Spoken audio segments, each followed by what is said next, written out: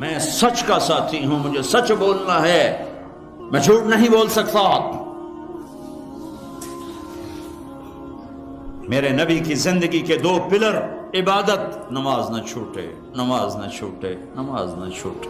میرے نبی کی زندگی کا دوسرا پلر، سچائی، اخلاق، درگزر، محبت، الفت، خامند بیوی کو عزت دے، بیوی خامند کو عزت دے، ماں باپ اولاد کو عزت دیں، اولاد ماں باپ کو عزت دے۔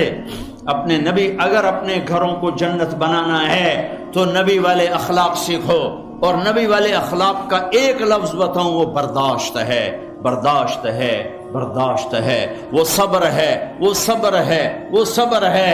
میاں بیوی کی لڑائی نسلوں کو برباد کر دیتی ہے۔ بیویوں پہ زیادتی مت کرو، بیویاں خامدوں پہ زیادتی مت کریں۔ میرے نبی نے فرمایا بدترین ہے وہ انسان، ان انسانوں میں کوئی خیر نہیں جو عورتوں کو مارتے ہیں، اور عورت سے فرمایا جس سے اس کا خامد ناراض ہوا، کسی عذر شرعی کی وجہ سے، ظلم کی وجہ سے، عذر شرعی کی وجہ سے ناراض ہوا اور اس نے اسے راضی نہ کیا، تو اللہ کی ساری رحمتیں اس سے دور ہو جائیں گی۔ اپنے گھروں کو جنت بناؤ۔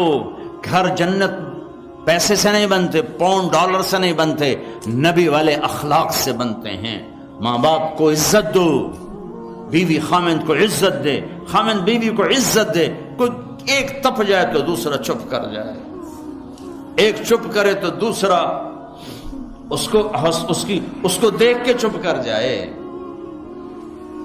ساری لڑائیاں تو بول کی ہیں، سارے جھگڑے تو بول کے ہیں۔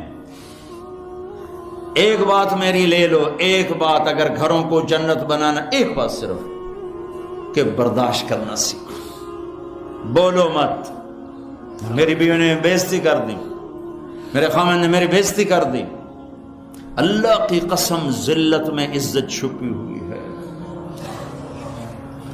دانے کو درخت بننے کے لیے مٹی میں چھپنا پڑتا ہے، مٹی میں ذلیل ہونا پڑتا ہے، پھر جا کر وہ درخت بنتا ہے۔ اگر تم لوگوں میں محبوب بننا ہے، تم چاہو کہ تمہاری بیوی تم سے محبت کرے، بیوی چاہے خامند مجھ سے محبت کرے، اولاد چاہے ماں باپ محبت کرے، ماں باپ چاہے اولاد محبت کرے، ایک دوسرے کو برداشت کرو، ایک دوسرے کو برداشت کرو، درگزر کرنا سیکھ لو۔ اور میرے حبیب کا فرمان، اے معاذ تمہیں سارے دین کا خلاصہ بتاؤں؟ کہا جی کیا؟ مجھے دیکھو، آپ نے کہا یہ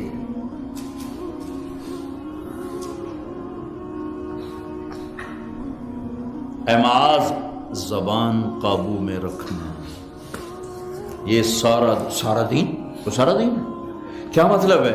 جو زبان پہ قابو رکھے گا سارا دین اس کا بچ جائے گا، جو زبان پہ قابو نہیں رکھے گا سارا دین ضائع ہو جائے گا۔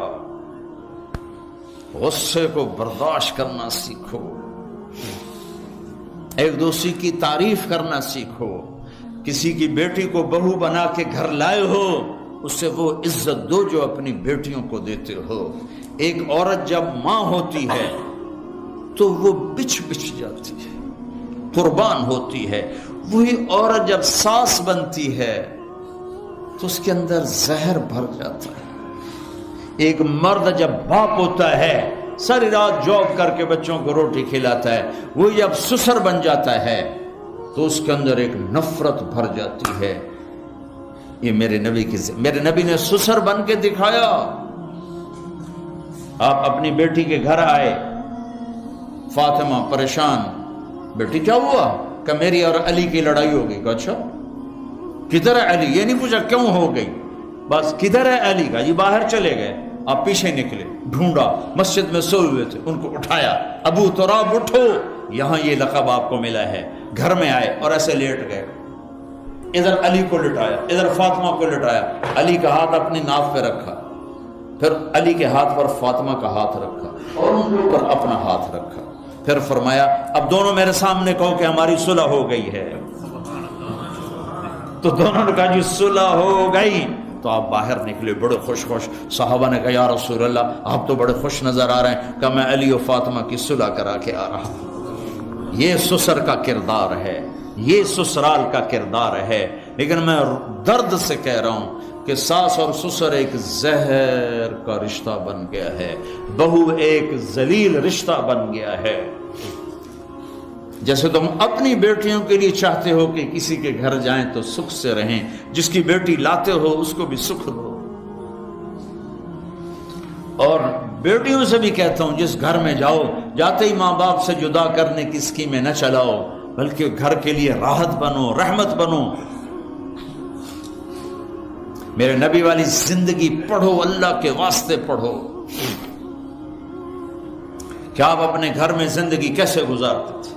ایک صحابی ہیں ابو دجانہ, جنگ بدر سے لے کر آخری حج تک اللہ کے نبی کے ساتھ رہے. بڑے صحابہ میں ہیں, لیکن فرماتے ہیں لوگوں میرے پاس بخشش کا سب سے بڑا عمل یہ ہے کہ میں نے اپنی زبان سے آج تک کسی کو دکھ نہیں دیا, اور میرے دل میں کسی کا بغض کوئی نہیں ہے. اگر اپنے نبی کے اخلاق بنانے دو چیزیں لے لو, زبان سے دکھ نہ دو, دل میں بغض نہ رکھو. ایک لطیفہ بھی سنا دیتا ہوں, اور ہے بھی لطیفہ بھی ہے, قصہ بھی ہے, ہمارے گھر کا ہے. ہماری دھوبن تھی ایک ماسی شریفہ, مرحوم مر گئی. وہ آئی ایک دن میری بہن کے پاس, کہنے لگی بی بی میری نو میرے نال بڑا لڑتی ہیں, میں نے کوئی توید دے ساریاں میری نوکر بن جانا. لڑتی وہ خود تھی, لڑتی خود تھی. تو میری بہن کو پتا تھا, تو اس نے کاغذ لیا, اس پہ کوئی لکیریں لگا کے اس کو سے رول کیا. پھر کہا ماسی شریفہ جس لئے تیری لڑائی ہوئے نا تو اے تعویذ ایتھے رکھنا ہے, تو انہوں ڈگڑ نہیں دیونا, جے اے ڈگ گیا تیری لڑائی نہیں مکڑی. اب ہمارے ملک میں تعویذ کا بڑا ایک اعتقاد ہے, جو صحیح ہیں تعویذ ہو تو اثر کرتے ہیں, لیکن 2 نمبر بھی بہت زیادہ ہے. تو اب اس نے کیا طریقہ کیا, میری بہن نے اس کو چپ کرانا چاہا, کیونکہ لڑائی تو بولنے سے ہوتی, اور وہی لڑتی تھی زیادہ. 1 ہفتے بعد آئی, کہنے لگی بی بی تو مینوں کیڈا چنگا توید دتا, میری تو لڑائی مک گئی. کیوں؟ ماسی شریفہ جی چپ ہو گئی, لڑائی کتنے ہو. تو ہر جگہ میں نے یہ تعویذ دیا ہے, یہ میں تعویذ آپ کو دے کے جا رہا ہوں, اور جو یہ سن رہے ہیں کیمرے سے ان کو بھی یہ تعویذ دے رہا ہوں کہ جب لڑائی ہونے لگے میرا یہ تعویذ یہاں رکھ لینا, آپ کا گھر جنت بن جائے گا. چپ رہنے میں عزتیں چھپی ہوئی ہیں.